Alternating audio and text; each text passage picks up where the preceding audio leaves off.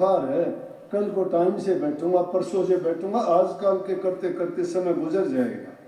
समय आपका इंतजार करने वाला नहीं है।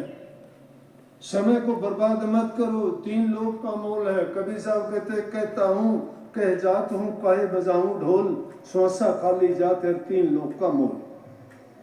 ये 3 लोग का मोल है। ढोल बजा के कहने से क्या होगा, लेकिन ये यकीन कर लो, मैं कहता हूँ कह के जा रहा हूँ, ढोल बजाने की जरूरत नहीं है। ये सांस, एक सांस 3 लोग का मोल है।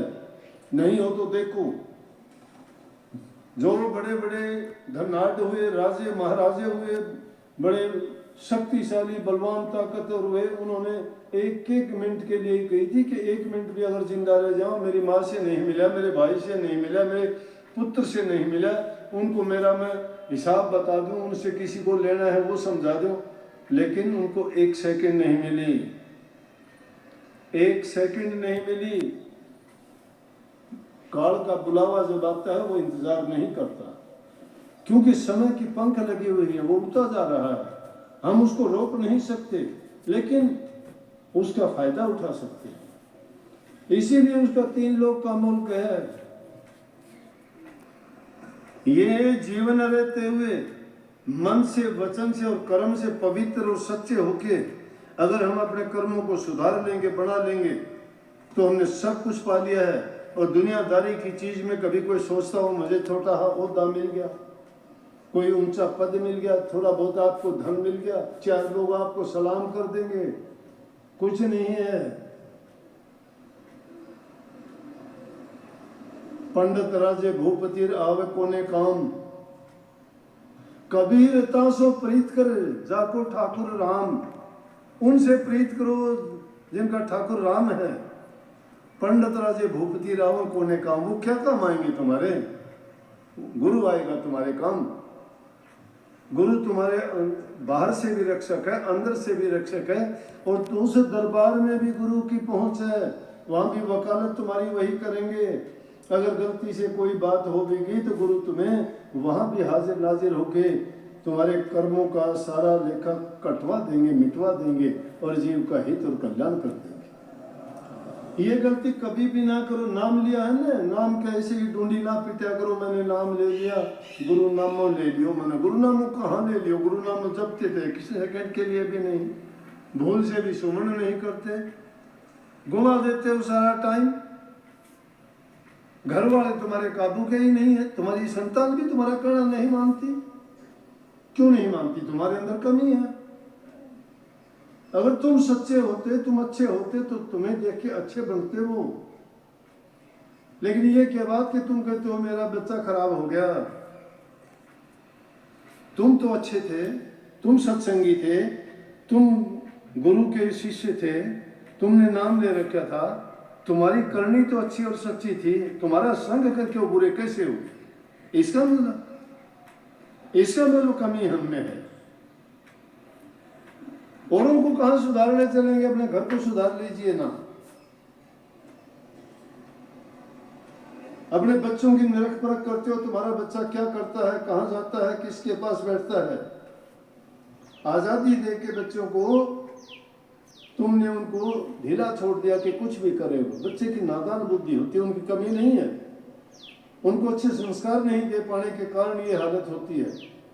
और जब हालात हाथ से निकल जाते हैं फिर पछताने से कुछ होता नहीं है, फिर नहीं समझते, बिगड़ा हुआ काम नहीं संवरता, और संवर भी जाता है तो वैसा नहीं बनता जैसे रहीम जी ने कही है। रहीम जी कहते हैं, रहीमन धागा प्रेम कर मत तोड़ो चटकाए, तोड़े से मिले नहीं मिले गांठ पड़ जाए। मिल जाएगा तो भी उसमें गांठ पड़ जाएगी। जिनके माँ बाप नेक हैं, अच्छी करनी करने वाले हैं, अगर वो नाम भक्ति करते हैं तो उनकी संतान भी अच्छी होगी, अवश्य अच्छी होगी। उनको सिखाने की, बताने की, कहने की जरूरत नहीं। लेकिन यहाँ तो कई बार तो हालात में इसके उल्टे देखता हूँ। छोटे छोटे बच्चे आके कहते हैं जी हमारा पिताजी शराब पीता है, हमें आने नहीं देता। कैसे आने देगा?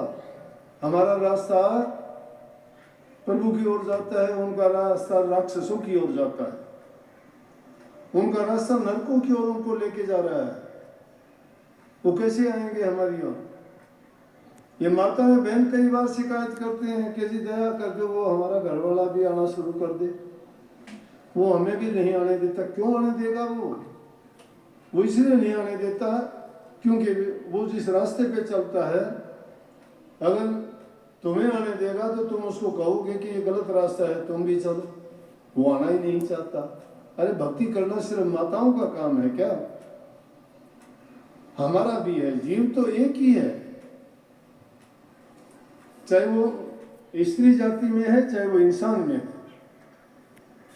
जीव में कोई भेद नहीं है। प्रभु की भक्ति करने का भी अधिकार बराबर है, लेकिन इंसान नहीं करते। इसमें कभी भी कोताही नहीं बरतनी चाहिए। सारे काम करो। संतों ने ये रास्ता खोला कि दुनियादारी में, घर गृहस्थी में आप आए हो, अपने धर्म का पालन करो, बच्चों का लालन पालन करो, उनको अच्छी शिक्षा, अच्छे संस्कार दो। तुम्हारी जिम्मेवारी, उन जिम्मेवारियों को निभाओ। और वो सारे काम करते हुए सबसे बड़ा हमारा कर्तव्य और फर्ज बनता है कि अपने जीवन को सफल और कामयाब बनाने के लिए प्रभु की भक्ति करें। वो काम तो करते रहें। अगर प्रभु की भक्ति करते हो तो दुनियादारी के काम भी आप ईमानदारी से करोगे, सच्चाई से करोगे, प्रेम से करोगे।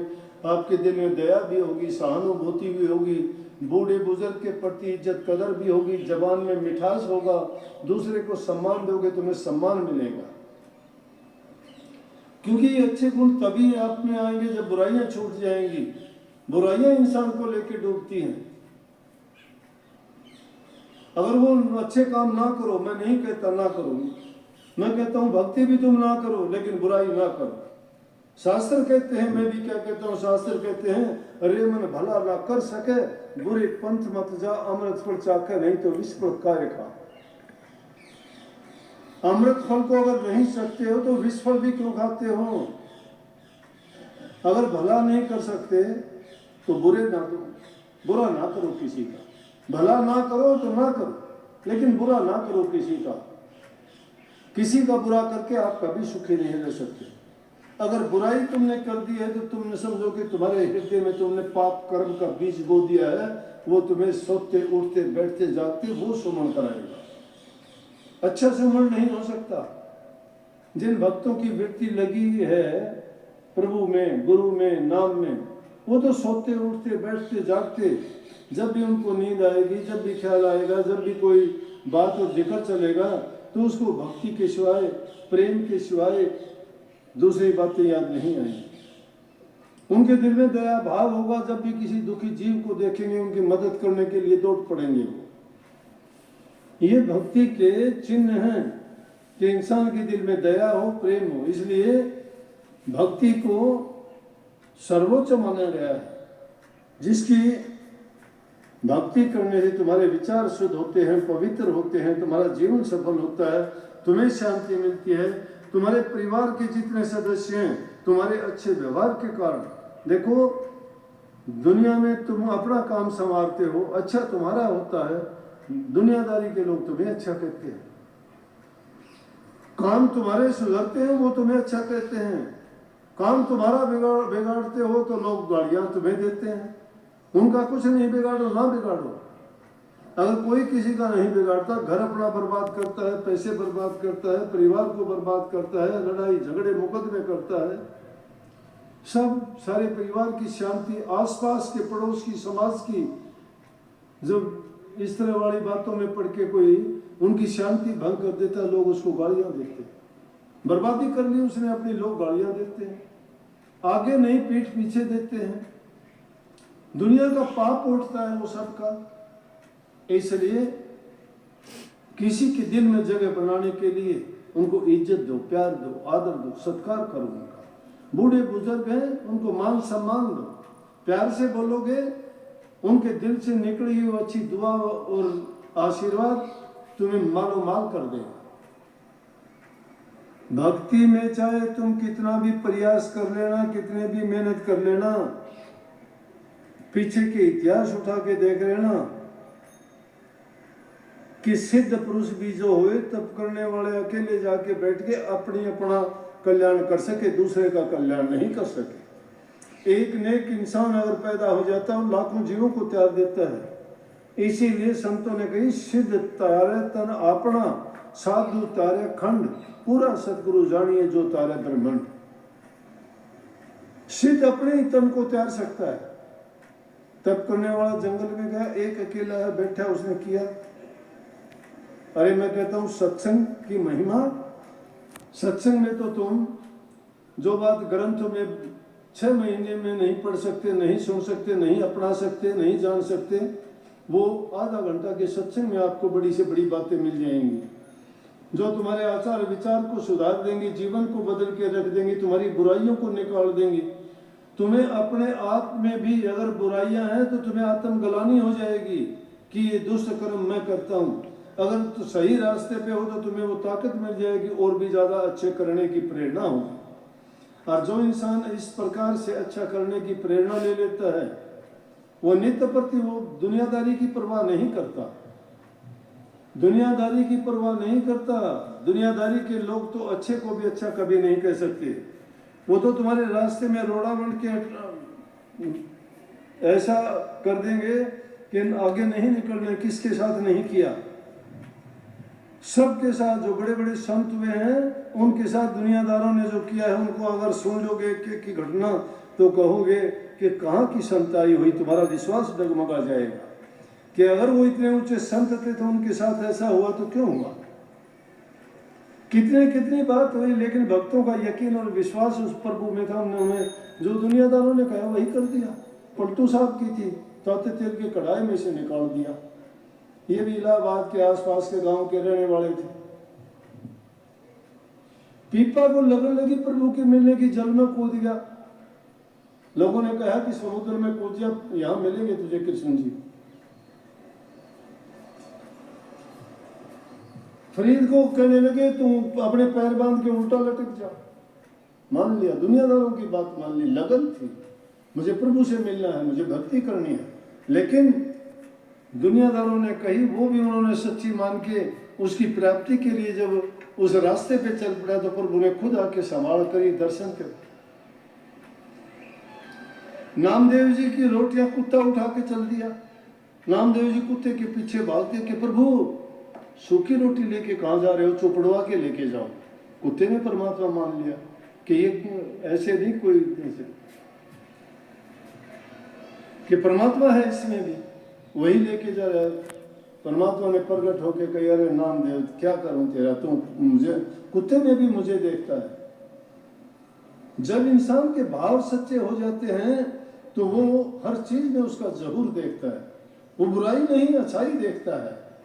ये बुराई का चश्मा जिस इंसान की आंखों पे चढ़ जाता है वो अच्छाई नहीं ढूंढ सकता किसी की। इसलिए किसी के दोष ना देखा करो, गुण देखा करो। गुण देखोगे तुम्हारे अंदर गुण आएंगे, अवगुण देखोगे तुम अवगुणगारे बन जाओगे। अवगुणों से बचना चाहिए। अवगुण दुर्गुण आदमी को दुर्गति की ओर लेके जाते हैं, सगुण आदमी को सदगति की ओर लेके जाते हैं। सगुण अगर आ जाए भक्ति में, नाम में है क्या, नाम चीज क्या है? नाम इंसान के हृदय को पवित्र करता है, शुद्ध करता है। जल में खूबी क्या है? शुद्धता की। जल के नहाने से तुम्हारा मन उतर जाता है, कपड़े साफ हो जाते हैं, कोई भी किसी प्रकार का दाग धब्बा जल से साफ होता है। उसी प्रकार से नाम में भी वही शक्ति है। नाम तुम्हारे हृदय के पापों को धोती है, उस पर लगे हुए दाग धब्बे खोटे कर्मों के जो भी पड़े हुए हैं भरम, उनको निकालता है। और जब हृदय पवित्र हो जाता है तो प्रभु का वास वहीं पे होता है। इसीलिए वो मस्ती में मस्ती होते हैं, ना दुख में दुखी होते, ना सुख में सुखी होते।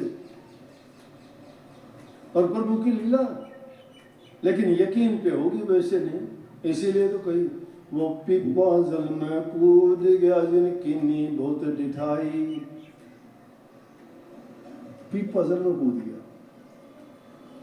और कुएं बीच फरीद ने एक मीठी बोली भाषा, तुम कागा चुन चुन खा लियो मेरे हाडा पर का मासा, दो नेत्र मत ना फोड़ियो मन हरि मिलन की आशा।